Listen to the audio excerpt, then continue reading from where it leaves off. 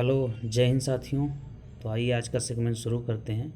ये जो 1 फरवरी से लेकर जो 7 फरवरी है, ये वर्ल्ड इंटरफेथ हारमनी वीक के तौर पे मनाया जा रहा है।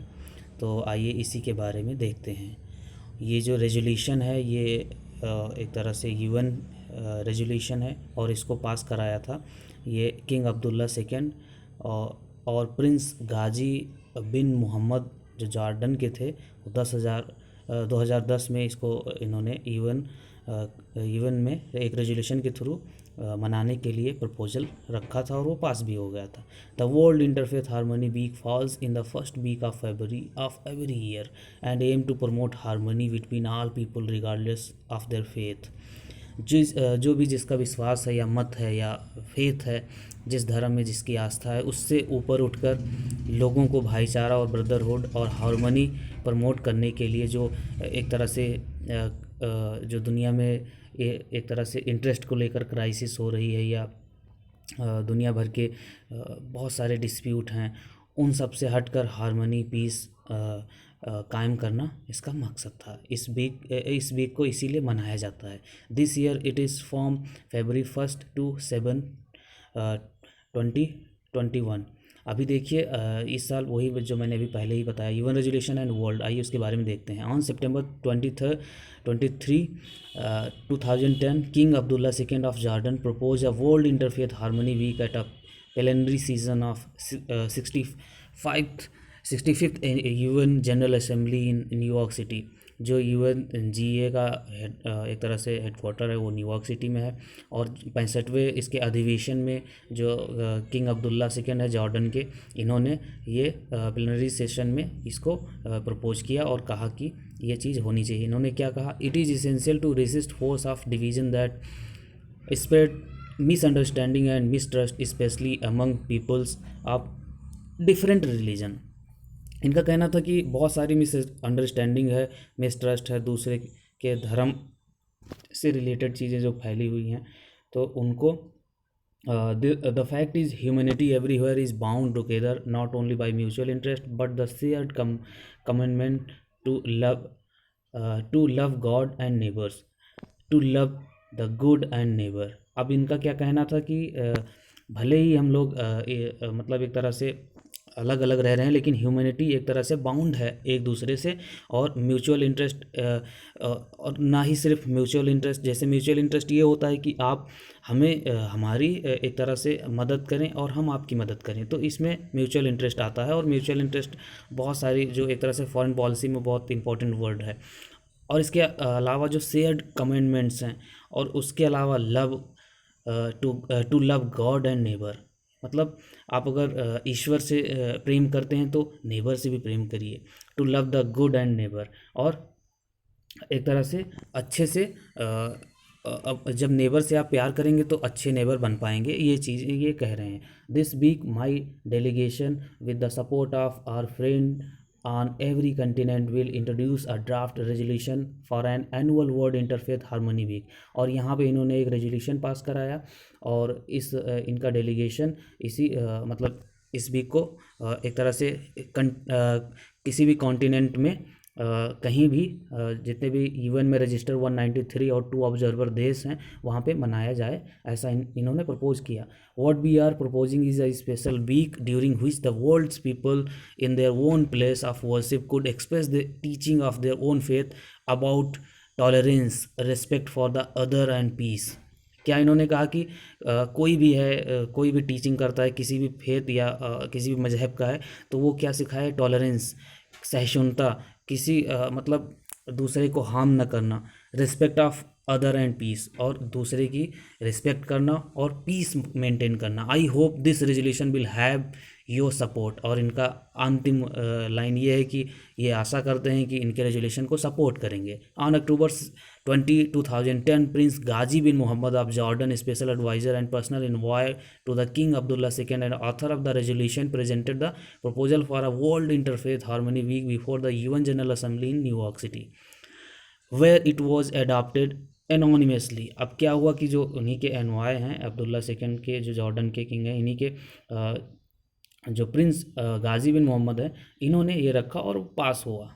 The basis for the World Interfaith Harmony Week is a common world initiative which was authored by Prince Ghazi bin Muhammad and released in 2007. क्या है कि इनका जो ये कह रहे हैं कि जो basis of world interfaith harmony week है, इसमें क्या है कि ये कॉमन इनिशिएटिव ले रहे हैं और इसको कॉमन इनिशिएटिव सिर्फ हार्मनी और पीस ही है. The a common word initiative the a common word initiative and the word interfaith harmony week stem for the idea that humanity is bound together by the two shared commandments of love of God and love of neighbor, or love of good and love of the neighbor. अब ये कह रहे हैं कि भाईचारे के लिए love और पड़ोसी के लिए लव. और देखिए जॉर्डन क्या है, जॉर्डन का अगर आप ज्योग्राफी देखेंगे तो जॉर्डन, सीरिया, इज़राइल, इराक, ये सारे आसपास हैं. तो वहाँ पे बहुत ज़्यादा वायलेंस है, एक तरह से इंटरनल क्राइसिस, एक्सटर्नल एग्रेशन. और जो अरब कंट्रीज़ हैं वहाँ पे एक तरह से जो गुरिल्ला वॉरफेयर हैं और अदर वॉर टैक्टिक्स, या यूएस और जो रसिया है इनकी दोनों की टैक्टिक्स, वहाँ पे ये हमेशा मतलब एक तरह से जितना भी इनका टाइम होता है वो लड़ने में ही निकल जाता है. तो उसकी वजह से लव की बात कर रहे हैं, गॉड इंटरफेथ की बात कर रहे हैं कि हम लोग और पड़ोसी की बात कर रहे हैं. और जैसे अटल बिहारी वाजपेयी जो एक तरह से उनका जो पड़ोसी पे नीति थी, उन्होंने कहा था कि आप एक तरह से दोस्त बदल सकते हैं लेकिन पड़ोसी नहीं बदल सकते. मतलब उनका कहना था कि आप दोस्त बदल सकते हैं लेकिन पड़ोसी नहीं. पड़ोसी आपका वही रहेगा, उसको सुधारना आप जितना सुधार सकते हैं वो आपके ही हित में होगा एक तरह से. In his speech at the UN general assembly, prince Ghazi of Jordan stated that the aim of the interfaith harmony week would be fulfilled by permanently and regularly encouraging the silent majority of preachers to declare themselves for peace and harmony, and providing a ready-made vehicle for them to do so. If preachers and teachers commit themselves on the record once a year to peace and harmony, this means that when the next interreligious crisis or provocation occur, they cannot then relapse into parochial fear and mistrust, and will be more likely to resist the winds of popular demagoguery. अब इसमें क्या कह रहे हैं कि जो preachers और teacher हैं उनका ये योगदान मांग रहे हैं कि आप लोग एक तरह से जितना भी क्राइसिस हो रहा है या जितना भी डिस्प्यूट्स हो रहा है या हार्मनी नहीं है, पीस नहीं है, भाईचारा नहीं है, या पड़ोसी खुश नहीं है, तो उसको एक तरह से आगे आने वाली जनरेशन के लिए इंटर रिलीजियस जो क्राइसिस है उसको मेंटेन करने के मेंटेन या ना हो ऐसी चीज़ें उससे टैकल आउट करने के लिए जो प्रीचर्स हैं, टीचर हैं, उनको आगे आना ही होगा. UN draft and amendments. The draft resolution world interfaith harmony week resolution UNGA ये 65 PB 34, ये है यूएन रेजोल्यूशन का एक तरह से नाम. Title the world interfaith harmony week put forth by Jordan was sponsored by 29 को स्पॉन्सर. अब क्या हुआ कि जॉर्डन है, उन्होंने स्पॉन्सर किया इस रेजोल्यूशन को, एक तरह से पास कराया, और इनके साथ में 29 और देश थे. उनमें कौन कौन थे?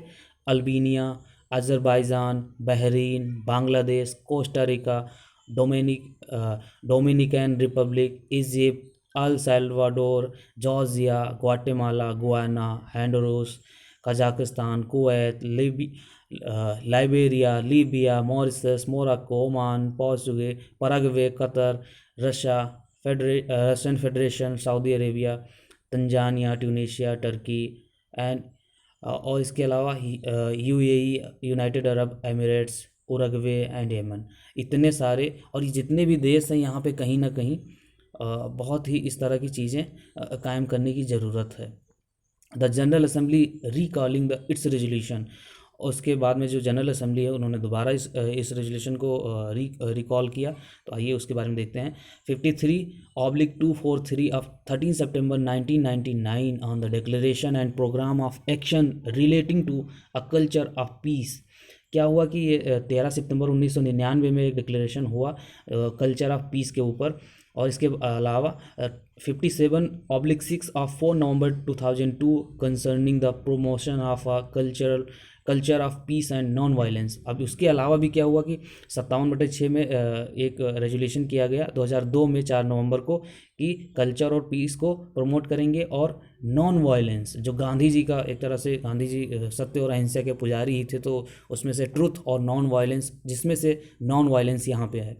58/124 of 19 December 2003 on the promotion of religious and cultural understanding, harmony and cooperation। अब इसके अलावा क्या हुआ कि 28/128 58/128 19 दिसंबर 2003 को ये एक तरह से पास किया जाता है, जो रिलीजियस और कल्चरल अंडरस्टैंडिंग को और हारमोनी को और कोऑपरेशन को बढ़ावा देने के लिए किया गया। इसी के जैसा 60/4 20 अक्टूबर 2005 को, इसमें क्या था, ये ग्लोबल एजेंडा था for dialogue among civilization. Civilization आप समझ सकते हैं, जैसे माया सिविलाइजेशन है वो यूएस की है। यूएस तो पूरा का पूरा बाद में बसाया गया है, 13 कॉलोनी यूके की, इसके बाद में यूएस का इंडिपेंडेंस, फिर सिविल वॉर, फिर यूएस का ग्लोबल पावर बनना, और फिर इस समय यूएस कहीं ना कहीं अपनी पावर खो रहा है और चाइना एक तरह से ग्लोबल लीडर की तौर पे ग्लोबल जो एक तरह से हेजमनी कायम कर रहा है अपनी।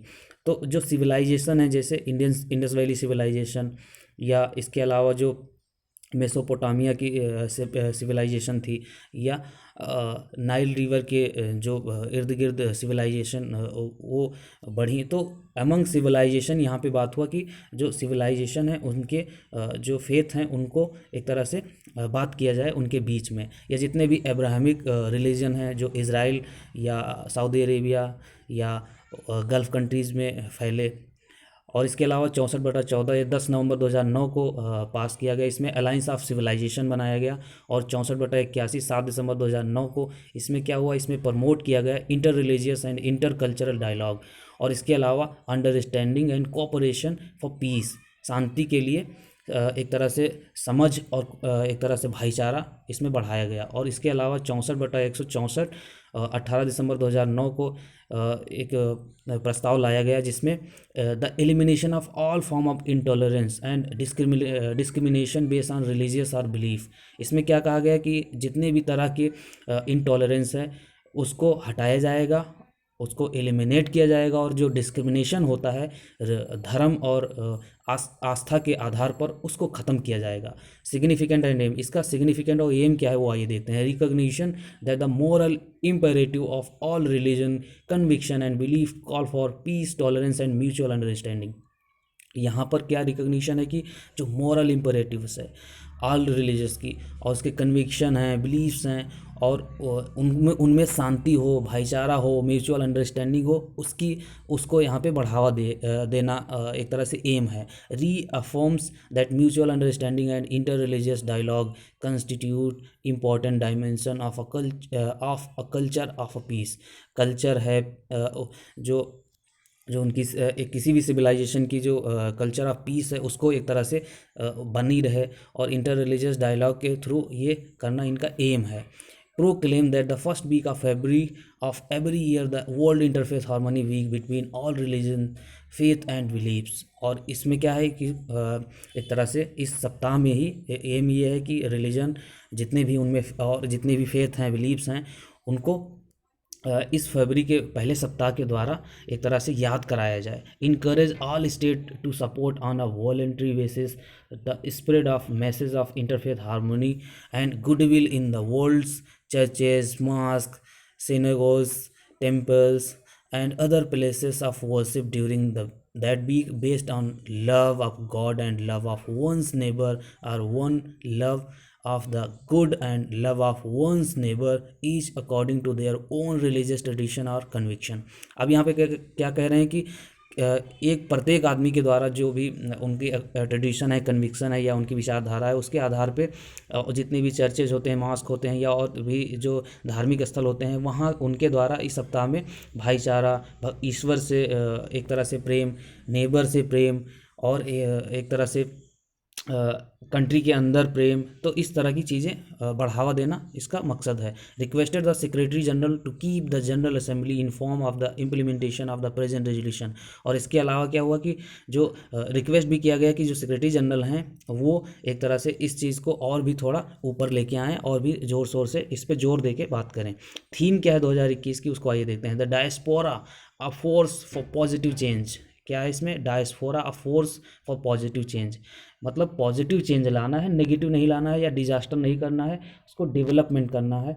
लोगों का एक तरह से लोगों के बीच पीस, हार्मनी और ब्रदरहुड बढ़ाना है। Citing the ability of immigrant communities of diverse background, faith and ethnicity in US to live side by side harmonious, bound together by shared values, love of God and love of neighbor।